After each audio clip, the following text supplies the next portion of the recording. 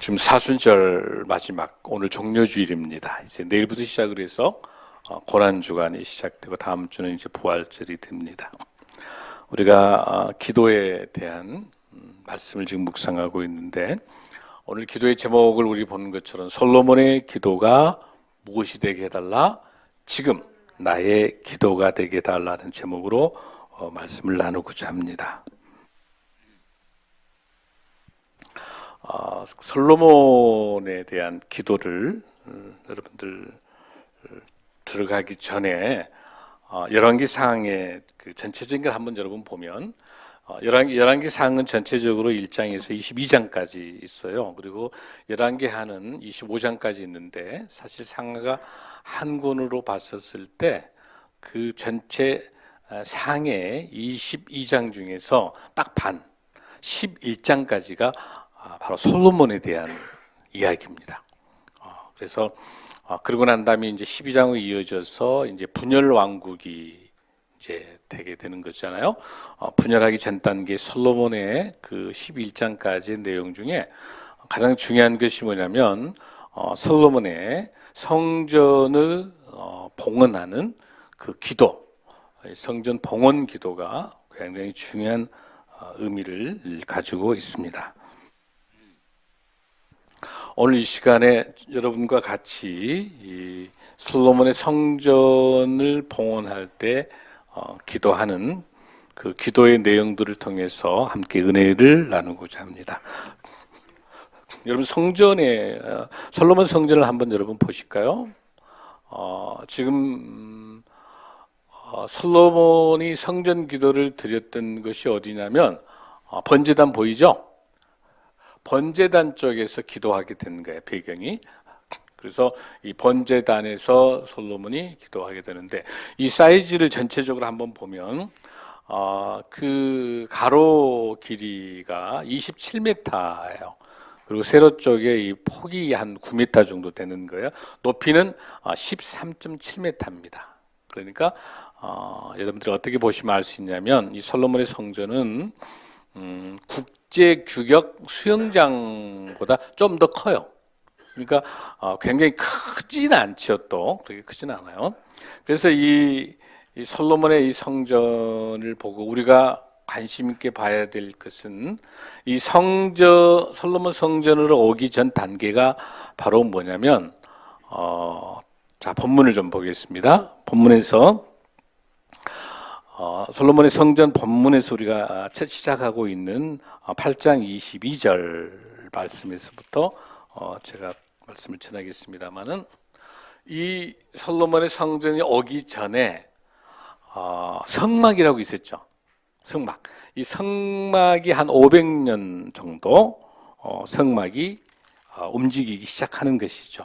그러니까 모세가 법궤를 만들어 가지고 거기에 이제 집어넣어서 그 성막을 가지고 이제 가나안으로 들어와서 또 여리고성을 또 돌고 그러다가 또 어쨌습니까, 여러분들?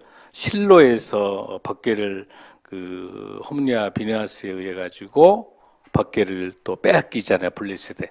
뺏겼다가 다시 20년 동안 있다가 기랏 이아림에서 그러다 나중에 오베데돔을 통해 가지고 있는 그 법궤를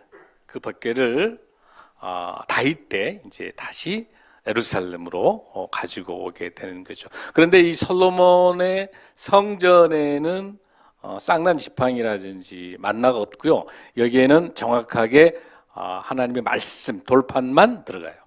이제 그 법궤 속에 언약궤 속에 들어가는 거죠. 그 솔로몬 성전에 이제 이게 에스겔이 활동했었던 때까지 한 1000년 정도 이 솔로몬 성전의 역사를 가지고 우리가 볼 수가 있는 건데 마지막에 이스라엘 백성들의 우상 숭배하고 제약을 범하면서 하나님의 심판 이후에 BC 586년에 바벨론에 멸망하면서 완전히 이 법궤가 이제 다 파산되는 것이잖아요. 지금도 법궤가 어디가 있는지를 모르죠. 지금도 이런 역사를 가지고 있어요. 근데 이런 상태 속에서 우리가 구별해야 될 것 중에 하나가 있는데 시대를 좀 구별을 해야 되는데 이 솔로몬의 성전하고 오늘 우리하고 무슨 관계가 있냐 하는 것이죠, 여러분들. 자, 솔로몬의 성전을 봉헌을 했습니다. 하나님께 지금 올려드려서 이제 봉헌 기도를 지금 드리고 있는 겁니다. 근데 여기서 우리가 보고 있는 이 열왕기 상하는 성전을 봉헌하고 난 다음에 쓴 책이 열왕기 상하인데 다시 똑같은 내용이 역대기 6장이 똑같이 나와요. 역대기 6장은 다시 언제 쓴 책이냐면은 포로로 갔다 와서 쓰게 된 것이 역대기이다 말이야. 그러니까 이 본문에 있는 것처럼 솔로몬 성전이 봉헌되고 포로 귀환 후에 역대기에 또다시 성전에 대한 기도가 나온단 말이거든요.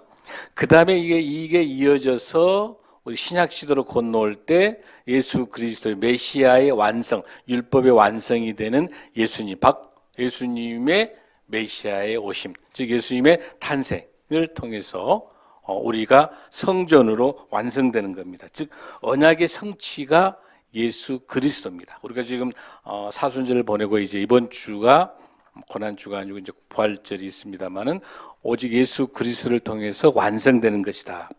그래서 그 성막에 있었던 그 출발해서 다시 예루살렘 성전, 솔로몬 성전으로 해서 다시 이어지고 있는 것이 나중에 여러분들 헤롯 성전이 있단 말이에요. 없어지고 난 다음에 성전이 필요가 없이 예수님이 십자가에 돌아가셔서 다 이루었다. 테텔레스타이, 다 이루었다. 십자가상에서 다 이루었다라고 고백하는 순간 그 성전에 있는 휘장이 찢어지면서 지금까지는 제사장을 통해서 우리 죄를 사했는데 예수님이 오심으로 인해서 직접 예수님을 통해 우리가 하나님을 만날 수 있는, 바로 제사를 지내지 않아도 예수 그리스도 이름으로 우리가 거룩한 산 제사를 드릴 수 있는 그 성전, 그것은 성전은 뭐예요? 완성된 성전은 뭡니까? 예수 그리스도입니다. 아멘. 그 예수 그리스도이자 우리 각자가 다 뭐예요? 성전인 거예요. 그 형태로 보였던 그 솔로몬의 성전이 예수 그리스도를 통해서 완성되는 거죠. 우리가 지금 사순절을 보내면서 우리 예수님께서 십자가에 돌아가시는 이번 주 금요일, 성금요일 날 예수님께 십자가에 돌아가시면서 3일 만에 부활하신 그 기념이 주일인데 그 십자가상 위에서 칠연가상에서 다 이루었다. 테텔레스타이, 이 말씀하신 순간 모든 건물에 대한 성전들이 없어지고 이제 우리 각자 하나하나가 예수님이 율법에 완성된 예수님을 통해서 예수 그리스도 이름으로 구원받는 우리 모두 다는 바로 뭐가 됩니까? 각자 우리가 성전이 된 줄로 믿습니다. 아멘. 고린도전서 3장 16절에 여러분은 하나님의 성전이며 하나님의 성령이 여러분 안에 거하신다는 것을 알지 못합니까? 저와 여러분 안에 성전이 거합니다. 아멘. 이 놀라운 그 축복이 주님의 십자가의 보혈로, 오직 십자가의 보혈만이 우리를 성전으로 완성시킨 줄로 믿습니다. 즉 이 모든 구약 시대의 완성이 예수 그리스도입니다. 그러니까 우리가 구약을 말씀을 구약 39권의 구약의 전체 말씀을 볼 때 반드시 무슨 시각으로 봐야 돼요? 구속사 측면에서 구약 39권 속에서 예수님의 그림자를 읽어야 돼요. 구속사. 결국 예수 구약은 완성이 십자가의 완성이 예수 그리스도라면 그 구약 속에 숨겨져 있는 메시아, 완성된 예수 그리스도, 성취된 예수님의 예표를 볼 수 있어야 돼요. 모세를 통해서도 우리가 봤었잖아요. 아브라함을 통해서 아브라함과 이삭과 야곱과 일관되게 오면서 솔로몬을 통해서도 예수 그리스도의 예표를 우리가 볼 수 있는 겁니다. 자, 그런 측면에 있어서 오늘의 이 본문들을 우리가 조금 더 깊게 한번 살펴보고자 합니다. 다시 한번 정리하면 창세기 3장에서 에덴 동산에서 아담과 하와의 타락에 의해서 쫓겨난 그 인생이 다시 요한계시록 22장에서 에덴 동산이 회복되죠. 새하늘과 새 땅, 예루살렘 성이 새롭게 회복되면서 이 사이에 창세기 3장과 신약 요한계시록 22장 사이에 누가 들어와 있냐면은 열왕기 상하가 들어있는 거예요. 그 중간에서 어디로 향하고 있습니까? 이 열왕기 상황 속에서 어디로 향하고 있습니까? 구속사 측면에서 예수 그리스도의 표로 찾아가서 마지막 요한계시록 22장에서 완성되고 있다. 그래서 여러 왕들의 죄를 열왕기 상하를 통해서 여러 많은 왕들의 죄를 보면서 거기서 끝나는 게 그래서 너희들은 어떻게 하겠다는 거냐가 거기 가야 돼요. 다윗의 제약 속에서 위대한 다윗 왕을 보는 게 아니라 지극히 인간적인 밧세바를 번하는 지극히 살인교사죄를 진 또 엄청난 제약을 버물렀던 다윗의 그 모습들 속에 그 연약한 다윗 모습 속에서 우리의 모습을 봐서 그러면 우리가 이 죄를 어떻게 할 것인가. 솔로몬도 마찬가지란 말이에요. 솔로몬 그렇게 하나님께 제일 처음에 구했을 때 뭘 구했습니까? 여러분들 지혜를 구했다고 이야기 많이 알고 있죠? 정확하게 지혜를 구한 게 아니에요. 여러분들 뭘 구했어요? 들을 줄 아는 귀를 달라고 했어요. 지혜가 아니에요.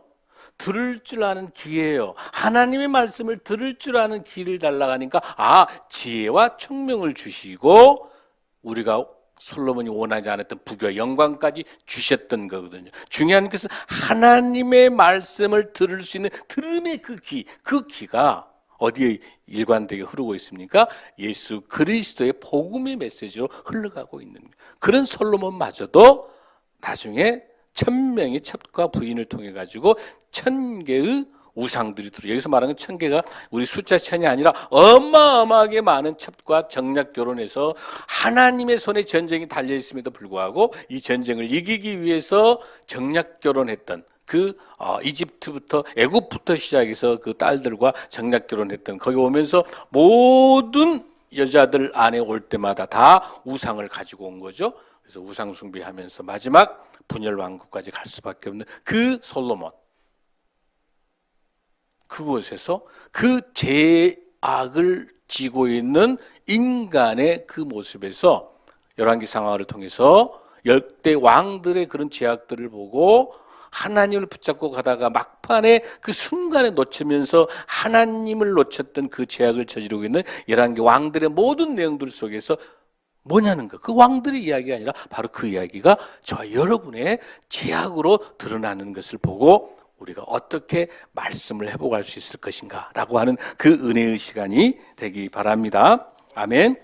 자, 그러면 이제 이런 상황의 솔로몬 초기에서 솔로몬의 기도를 우리가 볼 때 아주 놀라운 것은 이 솔로몬의 기도 중에서 7가지 간구가 있어요. 솔로몬의 기도 속에 7가지의 아주 중요한 그 기도가 있어요. 여러분, 기도한다 하면 뭘 전제해야 됩니까? 기도라고 한다면 2가지가 전제돼야 돼.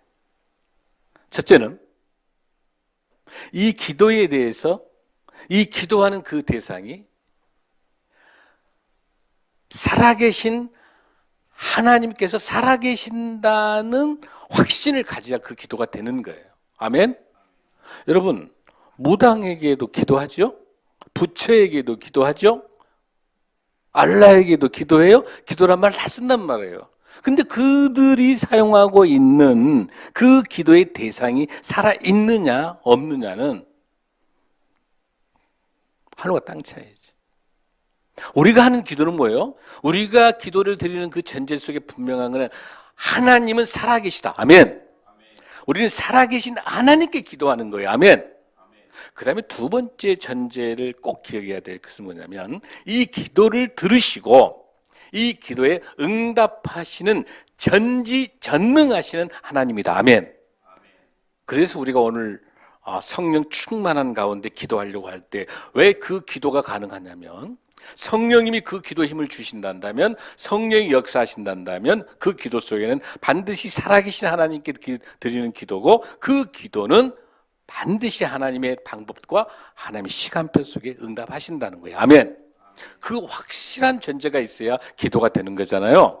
그러니까 세상 무당과 세상에 있는 기도와 우리 크리스찬들이 하는 기도는 하나가 땅 차이인 거예요. 전혀 차원이 다른 거죠, 여러분들. 최소한 살아계신 하나님과 그 응답받는 그 하나님의 전지전능성을 믿고 기도할 때 하나님께서 우리에게 응답해 주실 줄로 믿습니다. 이 솔로몬의 기도도 그러한 확실한 응답에 대한, 확실한 살아계신 하나님에 대한 확실한 하나님의 살아계신 전제와 전지전능하신 하나님을 의지하고 기도하는 겁니다. 그 7가지 기도를 간구를 볼 때 정말 놀랍습니다. 열왕기상 8장 22절부터 시작을 하겠습니다.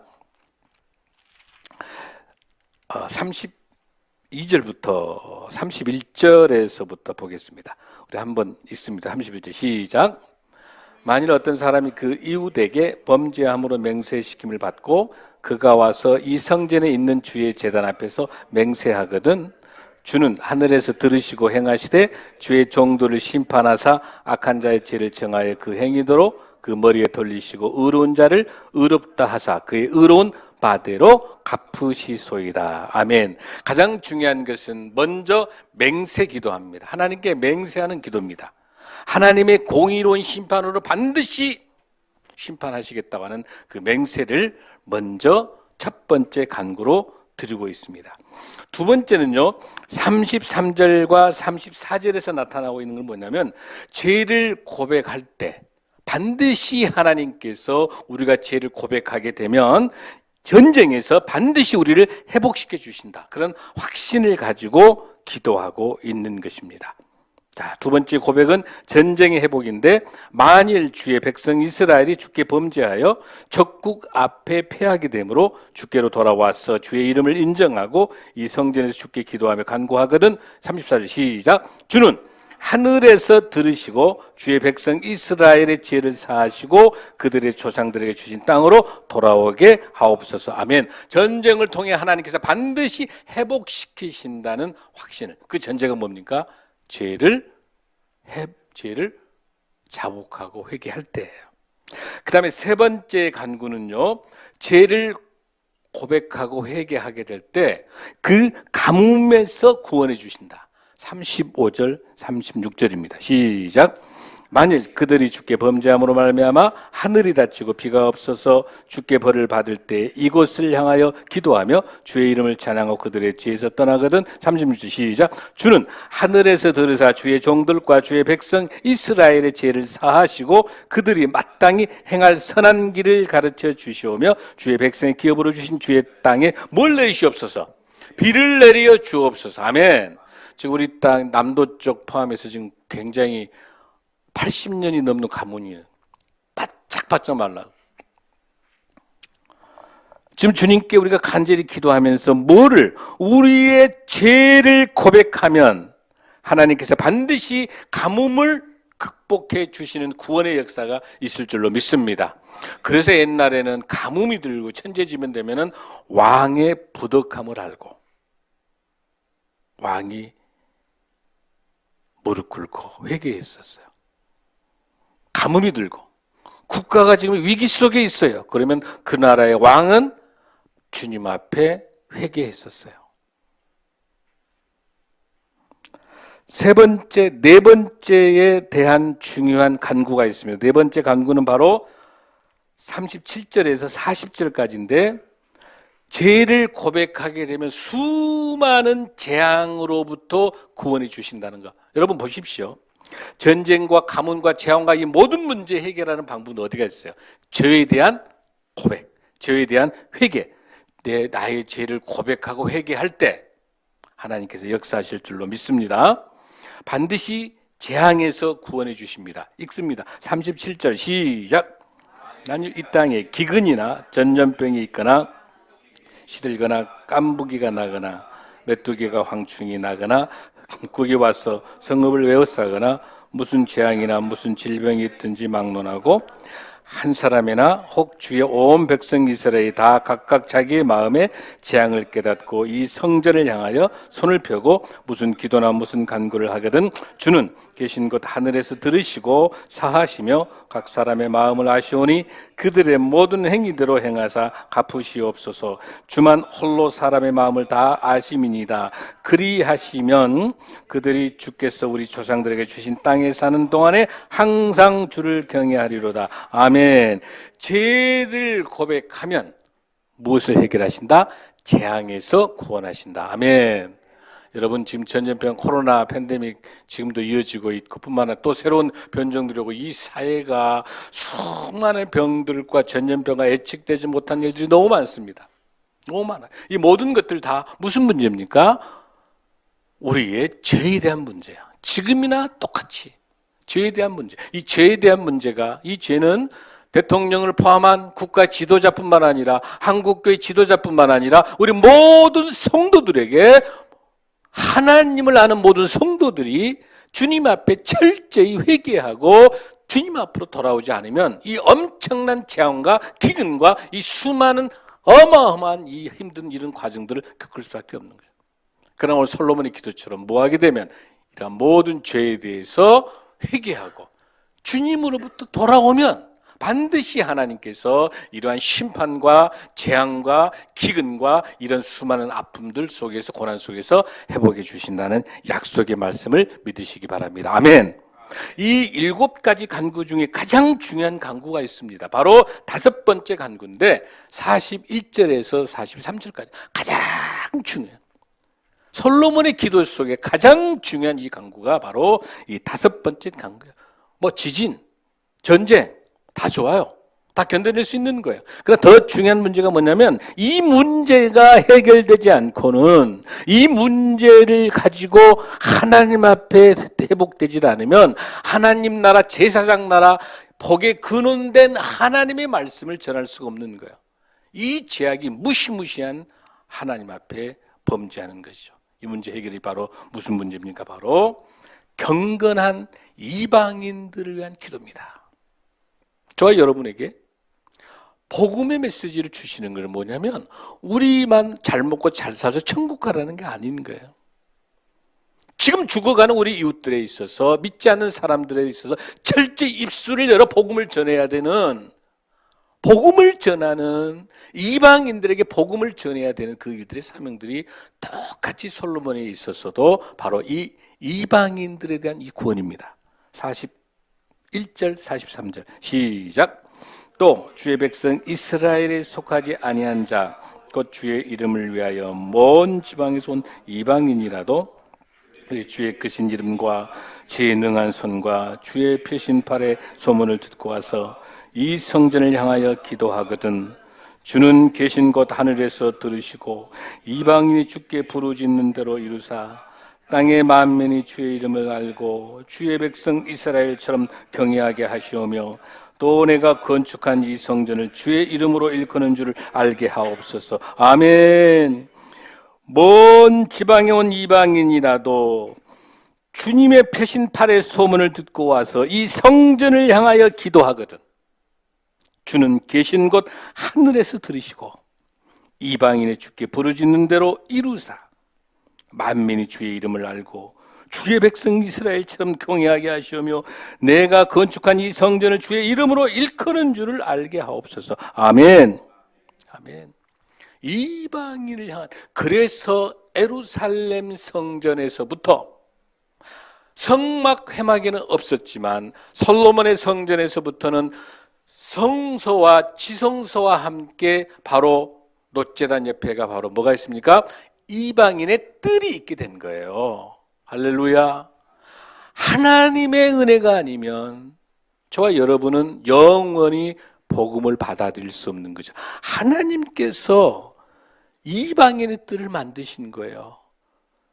하나님의 복음이 땅끝까지 전하는 날까지 끝까지 하나님이 기다리고 계시는 거죠.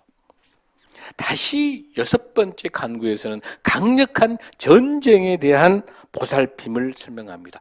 당시 이스라엘 상황에서 봤을 때는 열강에서는 끊임없는 전쟁이 계속되기 때문에 이 전쟁에 대한 메시지가 계속 있는 거죠. 44절 45절입니다. 전쟁에 대한 보살핌 시작.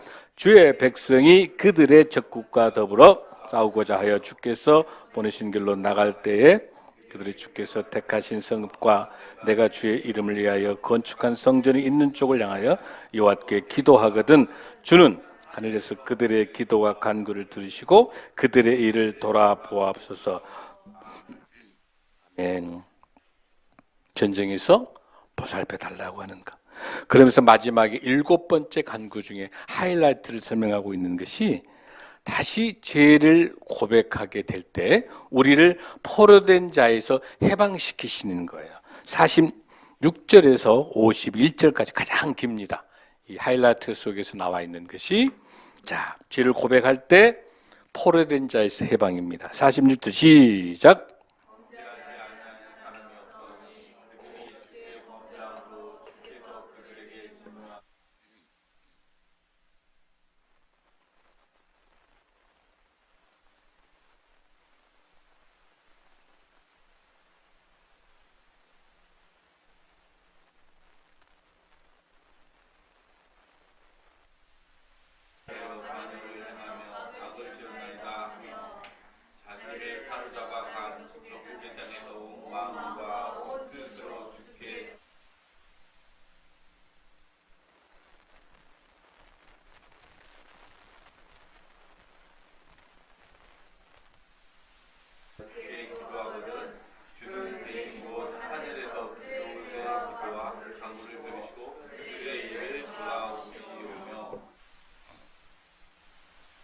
자, 거기에서 여러분들이 중요하게 봐야 될 게 하나가 뭐냐면 범죄하지 아니하는 사람이 없사오고 그들의 주께 범죄함으로 주께서 그들에게 진노하사 그들을 적국에게 넘기시며 적국이 그들을 사로잡아 원근을 막론하고 적국의 땅으로 끌어간 후에 거기 보시면 48절에 세 가지의 특성이 나타나요.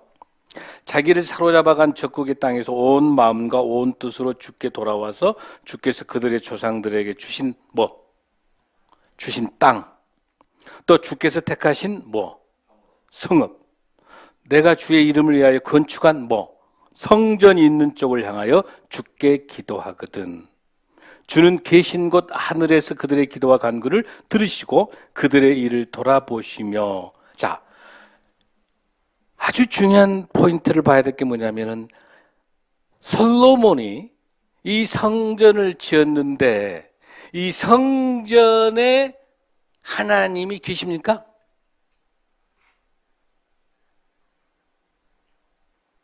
솔로몬조차도 내가 이 성전을 다윗을 통해서 성전 설계도를 하나님이 주셨고 다윗이 준비했다가 지은 거는 솔로몬이 지었지만 이 성전에만 언약궤가 있는데 그 성전에만 하나님이 계십니까? 아니다는 사실이에요. 솔로몬이 지은 성전이 솔로몬 본인이 알고 있는 거예요. 계속해서 뭐라고 합니까? 이 성전에서 응답하소서 하지 않죠. 하늘에서 지금 우리가 큰 착각하고 있는 게 뭐냐면 교회의 건물 속에가 하나님이 계신다고 하는 착각인 거예요. 그래서 교회의 건물들을 화려하게 짓고 어마어마하게 지어내는 거예요. 솔로몬 성전도 그렇게 큰 성전이 아니에요. 헤롯 성전은 어마어마하게 크게 지었지만 그 사람은 헤롯은 냅두고 여러분들 여기서 봤을 때 이 솔로몬이 지은 어마어마한 이 성전을 지을 때 이 성전에가 하나님이 이 성전에 계신다고 말할 수가 없는 거란 말이에요. 그래서 보면은 이렇게 본문에 설명하고 있습니다. 하나님께서 정말 땅에서 사시겠습니까? 내 이름이 거기 있으라 하신 곳에서 하나님이 이 땅에 계십니까? 하나님이 이 성전 이 땅에 계십니까? 거기 계신다 안 계신다? 땅에만 계신 것이 아니고 그 땅에 하나님의 말씀의 성령이 임재하셨을 때 그 성전이 의미가 있는 거라고 하는 사실입니다. 할렐루야. 그것을 저와 여러분이 분명하게 이해할 수가 있어야 되는 거예요. 그래야만이. 그리고 또 하나 병행해야 될 건, 그러면 이 교회에서 우리가 모여서 함께 예배 드리는 이거는 의미가 없나? 그게 아닌 거죠. 공동체에 우리가 모여서 하나님의 임재를 바라며 성령의 충만을 바라며 함께 모여서 기도하는 하나하나의 성전들이 모여있는 공동체의 그 기도, 그런 공간들이 필요한 거예요. 아멘? 그래서 우리가 함께 모여서 기도하고 함께 예배 드리는 게 너무 중요한 거예요. 그러나 건물 속에 갇혀있는 하나님이 아니시라는 사실, 하나님은 무소부재하시고 지금 여기에도 계시고 전 세계 온통 편지에 계시기 때문에 건물을 화려하게 만들어서 그 건물 속에 하나님을 갖춰놔서는 안 된다는 거야. 우리 교회 이 건물에만 하나님이 계신 게 아니라는 사실이죠. 건물이 있든지 없든지 우리 사랑하는 모든 성전에 모여있는 모든 성도들이 있는데 하나님의 말씀이 있는 곳에, 성령이 있는 곳에 하나님이 임재하실 줄로 믿습니다. 아멘. 하나님 우리에게 임재하시면서 뭐라고 임재를 하십니까? 하나님의 임재가 뭐라고 임재하십니까? 하나님께서 두 가지를 응답하십니다. 역대하 7장 1절에서 1절까지 성전을 마친 후에 솔로몬에게 주신 하나님의 놀라운 응답인 것입니다. 역대하 7장 1절 시작.